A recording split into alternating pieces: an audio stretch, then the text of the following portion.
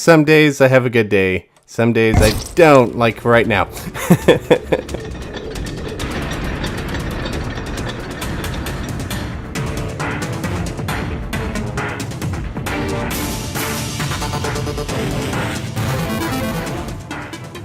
Greetings, Terrarians, Khaios here. Welcome to the first episode of my Harbinger Let's Play series.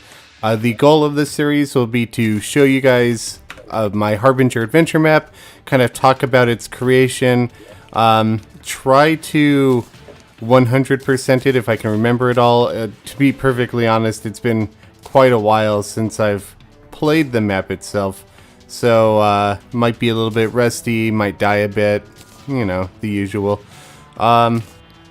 It's also a chance that I'll forget some secrets or whatnot, but the goal is to try and show you guys everything and do a playthrough of my own because it's something that I've wanted to do for a while now, and something I knew that I was going to do. So I'm just gonna skip through the signs here and just kind of set up my inventory and equipment, and let's go. So the overwhelming response for the map thus far, from people that I've heard talk about it, aside from bugs and whatnot that I've been working to patch, is that the map is really difficult. And to those players I say, get good! No, I'm just kidding. I'm sorry. The map is too difficult for a lot of players. It wasn't my goal. I did want to make a challenge, but I didn't want it to be frustratingly hard. And basically, I think for my future maps, I need to not only make it a little bit easier on my end. If I feel like it's a little easy, maybe I'll just leave it at that. But I also need to diversify my testers, because apparently my testers were pretty elite. Because they were telling me that the map in general was a bit easy. But that aside, we're just going to go ahead and blast open this door here. And we're just going to go upstairs and let's see if I can remember how to solve this pretty much instantly. I think it's just these. There we go. And a lot of people don't notice for this puzzle that the answer is actually written directly overhead. So if we go up, down, down, up, the puzzle is open. And we can move on to the next floor. And something else you might not notice is that there are a bunch of switches throughout that just throw kind of lore logs into it. I have a story written for the map and a bunch of stuff going on, and they're kind of just little Easter eggs and tidbits that a lot of people might miss. I'm not going to read them for this playthrough, but I just wanted to point them out that they're there if you wanted to read them and check them out yourself. So this puzzle, I see a lot of people spending a lot of time on, and it's kind of funny. Personally, I just run down here and blast all 4 triggers at the same time and kind of kill the golems while I'm at it. Makes it a lot easier than I see people doing it the other way. They're shooting one at a time and they're getting cornered by golems, and just kind of becomes a pain in the neck for them. And so for this one, it's kind of like a patience is key kind of thing. You don't want to go too fast, but you also can't go too slow. You need to disable all 3 lights before the first one turns back on. And so now we have access to the bridge. We'll just pull these 2 levers, fight our way out the door. There should be another golem. There he is. And we can head down to the engineering level. And kind of what we have going on in engineering is kind of a keypad lock, but with only 4 inputs. And so we just turn on the lights. If you were to press the wrong input, the lights would reset. So you need to press them in the right order. And once you do, the explosion kind of indicates that it's good. You get a little pop-up text that it's good. And now the door to the escape pod below is opened up. So we'll just work our way down there.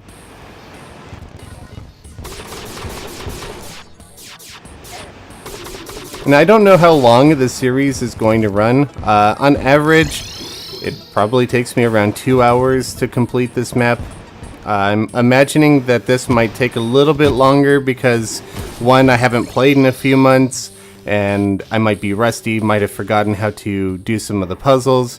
2, I might stop and talk a fair bit. I'm not rushing through this. And 3, I'm not going to be taking all of the quickest routes because I want to show you guys as much of the map as possible. And there are shortcuts in the map. I'll probably mention them, I just won't go into them. So this might take longer than 2 hours. I'm aiming for about 30 minutes of video. So we'll see how long the series goes. I plan to upload once a week. So here we have our first secret. It's just a vanity set, the Martian uniform. And you can't actually get up here because I have some shadow painted glass that's been hammered. So it prevents you from going up, it prevents the golems from coming down. It's just a little aesthetic thing. And just the hidden secret there if you try to jump your way up. Oops. And that's why I suggest we turn the map off because everything's all over the place. You can see I have NPCs around. They actually were right above the ship at the start, and now they're here. And anytime we're on the surface, because we're so high up, we'd get harpies, we'd get wyverns. I don't want any of that, so I have this clump of NPCs teleporting from surface area to surface area with us in order to kind of keep enemies from spawning on the moon surface. Because obviously harpies and wyverns would be out of place for the slimes, what have you. So here we have a little parkour puzzle. If you go up the top one, you'll see that some of these actuate and some of them deactivate. And the goal obviously is to hit the platform on the other side there. But you need to do it kind of in the right order in order for the platforms to be active enough for you to get to the other side, and falling down to the bottom resets them. So when you come back up, it turns 2 on, and what you should do is go to the bottom, and you actually do need to be careful not to get too close to these because I'm using the logic sensor and the box is wider than the platform, so you might actually trigger a platform change without meaning to. So if you jump down here and then we just go back to where we were, and then we could just finish off the puzzle just like that and move on. And the map is linear progression, so there's no backtracking. If you miss something, you've missed something. And future maps, I'm probably going to step away from that. I just wanted a linear map for my first adventure map, so I didn't have to think too much about designing something kind of Castlevania-esque, or Metroidvania, whatever you want to call it. I do plan on having a map like that in the future. I'm actually thinking it might be in expert mode. I don't know. This map's already difficult as is, so we'll see. So next we have the Maiden Shafts, where you go up and it tries to purge the biological contaminants, aka you. And it's just kind of a dodge the flame parkour thing, and the chamber I'm currently in is pretty easy. The 2 on the right are easier than the 2 on the left. They start utilizing things like conveyor belts, so you'll see when I get to them. But the flames always move in a set pattern, so it's pretty easy to follow. If you're trying to rush like that, you might get yourself burned. For the most part, if you just if you're patient and take your time, you have no trouble getting to the end. And so we just power up the generator, and we have 3 more to go.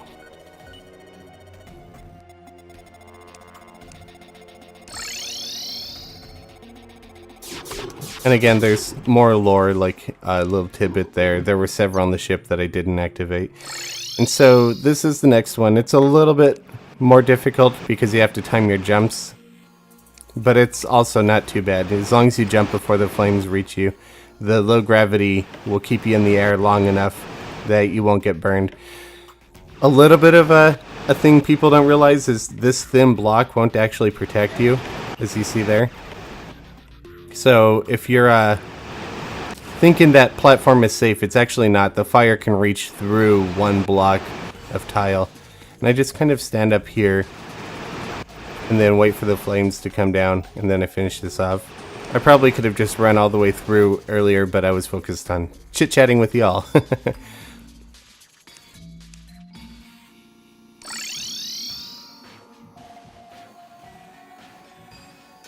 So this third chamber is kind of like the first one, except now we have conveyor belts here that or on the tips, kind of making things a little bit difficult.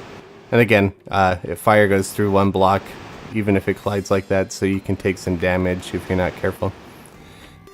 So I'm just going to come up here and just run along the conveyor belt to prevent from falling down. And I'll wait for the top flame to come by and then jump up. And again, there's no rush. I'm not speed running this, though I would love to watch some people speed run it. So I'm just going to take my time and make sure I don't die to silliness. So I'm actually going to hang out on this conveyor belt for a little bit and let the bottom layer of fire go through. Just grab that gem real quick. And then I'll just wait one more time. I probably could have made it, but better safe than dead.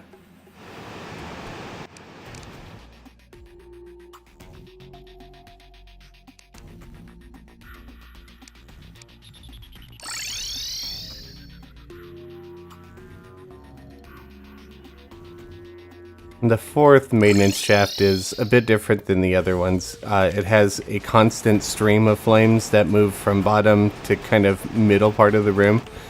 And your goal is to jump using the low gravity across, grab the gem, and get to safety. And this is the one where I usually start to die.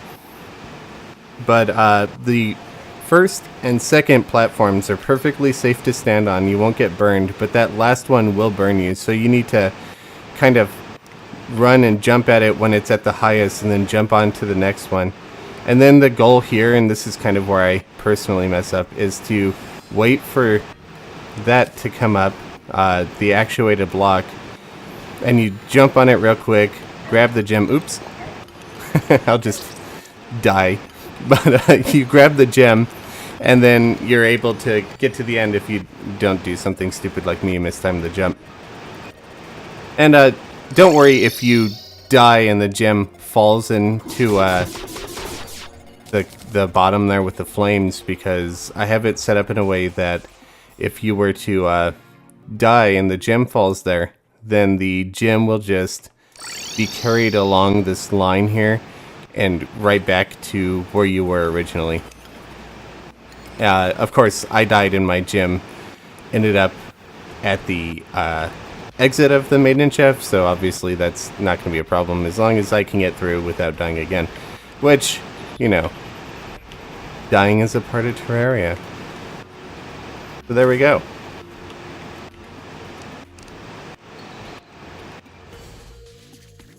Now with all four of those maintenance shafts done, and this would be directed by text, but I'm just going to talk about it. You can just come over here and pull the main reactor switch, turns on all the lights, gets the little generators going. There's actually quite a bit of wire to this. I don't actually have anything on me to show you the wiring, but there's a lot going on here. I covered kind of how to do this in one of my wiring tutorials earlier. So if you want to check that out, be sure to check out that video. It's really not too difficult to do. So next we're going to move on to the Armory. And I'm just going to kind of run through this real quick, like grab some health, loot all. And we just start by shooting the switch overhead until it disables. And the AI that we have here yelling at you, berating you, it's a lot of people have caught on to this. It's a reference to Full Metal Jacket. It was an idea of my wife's. Originally, there was no AI talking to you while you did the obstacle course. You kind of just did it. And she thought that it'd be interesting to have something yelling at you, berating you like a drill sergeant. So I went ahead and threw in that reference. I think it's kind of fun. So if you caught the reference, good on you.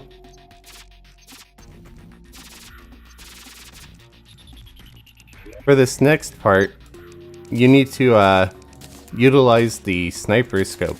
And a lot of people, I guess, don't know that if you right click with the sniper rifle, you actually get to follow your mouse cursor a little bit and kind of scope out. I guess because a lot of people don't actually play with the sniper rifle a whole lot. But yeah, you will probably need to right click here. I have seen people play through the map and get through without using the scope, which is mighty impressive. I don't know how they managed to do it. It took a lot longer than I intended for sure, but you can do it without the scope. It's just a lot easier. So make sure you right click. And then the third chamber here, we actually have the floor bottom out when we're on this platform because we're going to be working with grenades, and I didn't want the grenades to come back and kind of like bounce and hit you in the face and what have you. So the goal here is to just kind of lob the grenades into these little shafts and disable the circuits. And these green squares kind of serve as an indicator on how to do it. Oops, I'm getting my timing off. It does depend on where you stand, so if you stand towards the edge, the squares help out a little bit more, but not all of them. Like this one down here is just to show you that there is in fact something down here. And I guess that's another problem that I've had with the map now that I'm on the topic, is a lot of players prefer to play zoomed in, and I get it, but when I built the map, I built it full screen out. So for those of you that are having trouble seeing things, make sure that you zoom out all the way, and it should give you a hand. Now if you see here, the grenade is actually going into the hole and bouncing out. The way you fix that is you just take micro steps forward or backwards, and then it'll start working. And again, it's just kind of the way that the grenade physics work. You just need to make micro changes, and moving your mouse won't really help. So for this one, we're just going to bounce the grenades off of these little force field areas and just kind of like basketball hoop it in. And once we have all the lights disabled, we just step right off and we can hit this little turbo track and just kind of carry us on all the way back to the beginning here. And then with the weapons proficiency done, we move on to the actual obstacle course. And this is kind of like you gather a bunch of gems which make a bridge across this path here. But you also use the gems to unlock other areas. So you'll need 3 gems to get down there. You'll need 2 gems to get to the very top area. This area doesn't need a gem at all. So this is where I recommend starting. Obviously. So the point here is to kind of utilize everything that you picked up in the weapons proficiency. So I just used the sniper to disable that circuit, which threw up this wall, which is preventing the fire from hitting me. Now if I use the grenade launcher and just try to lob it a little off.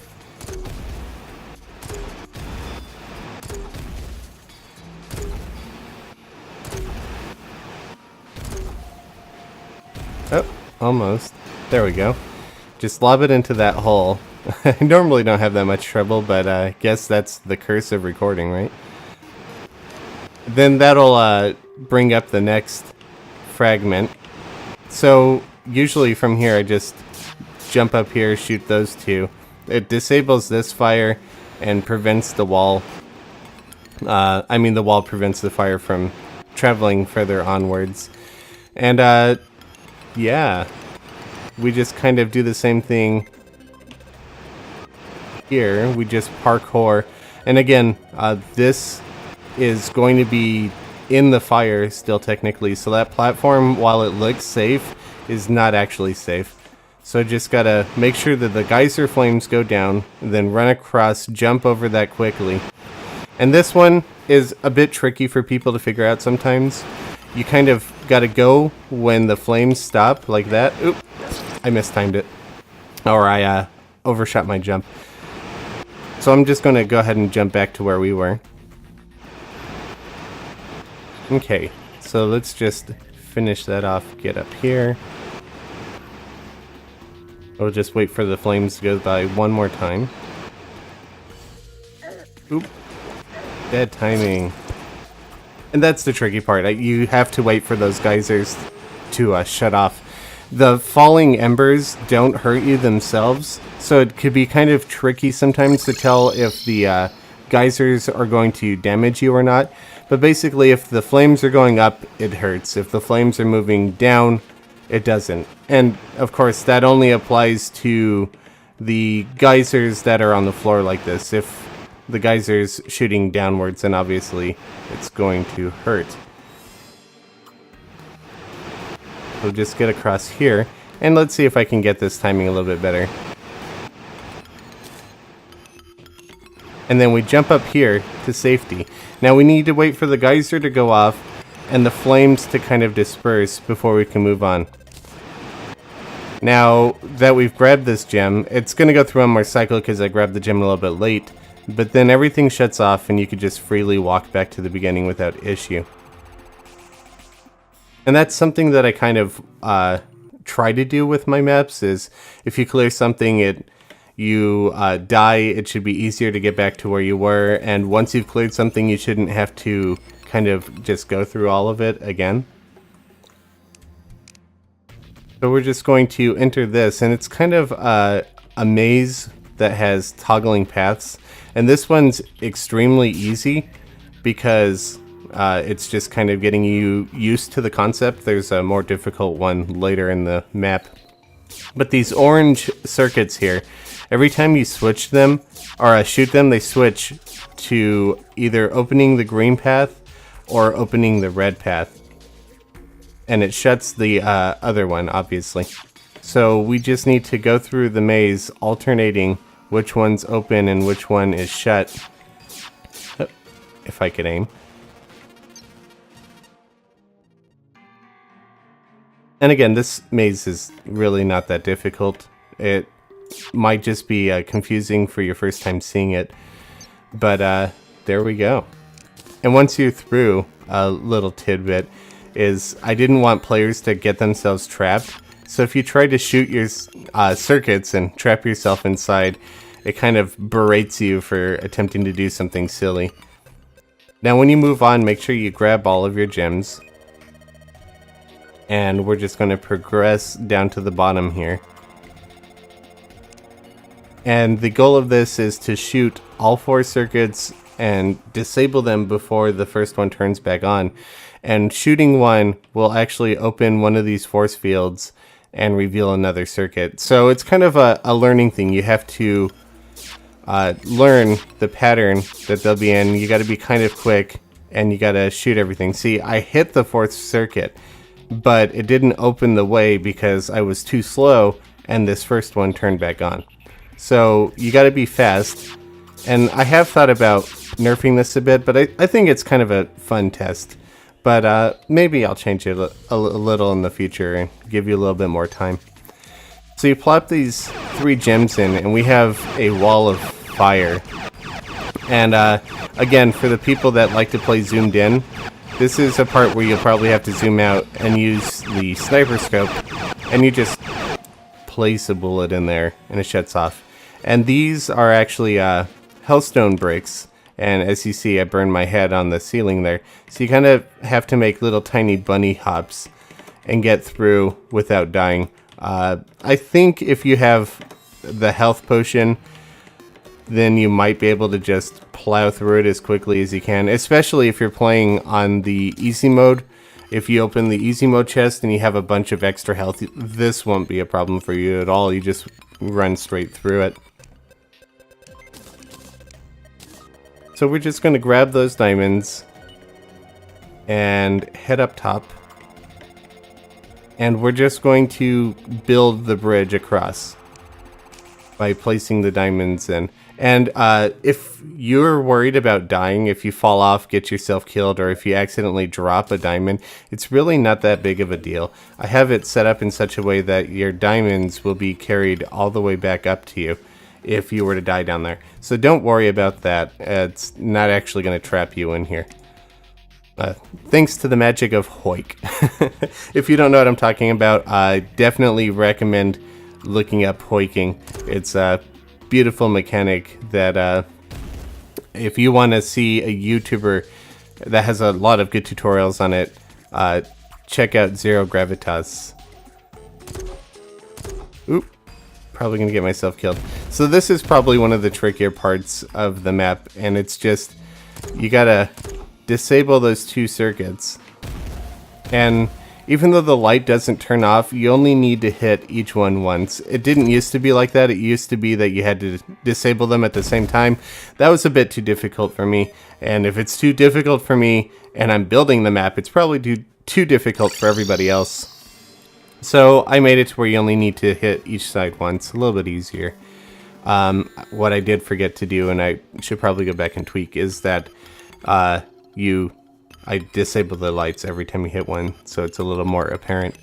So here, you might not think it, but there's actually a way to just walk back here. You just walk up to the door, it'll open, and you can grab some extra health here. I've seen a lot of people just kind of ignore it and move on. And really quickly here, I'm just going to talk about these chests.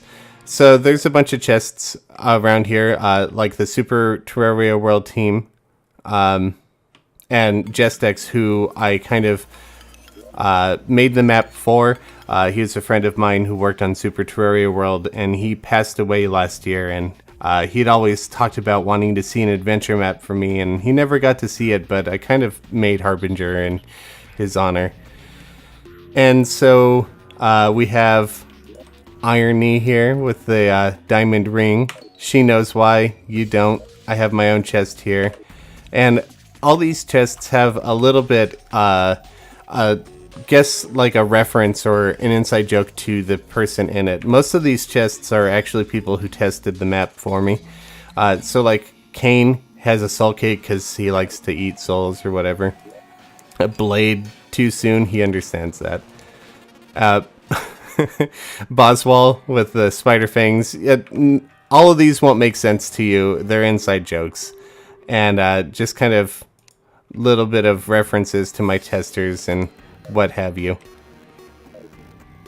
So I think this will be the last thing that I do for the day because I'm running out of time. But we're gonna watch Hal get blown up here, poor guy. It took me a while to actually figure out how to make that to where he didn't just blow up, not die, and just fly across the map and survive or die somewhere else off screen. So that was kind of fun to play around with.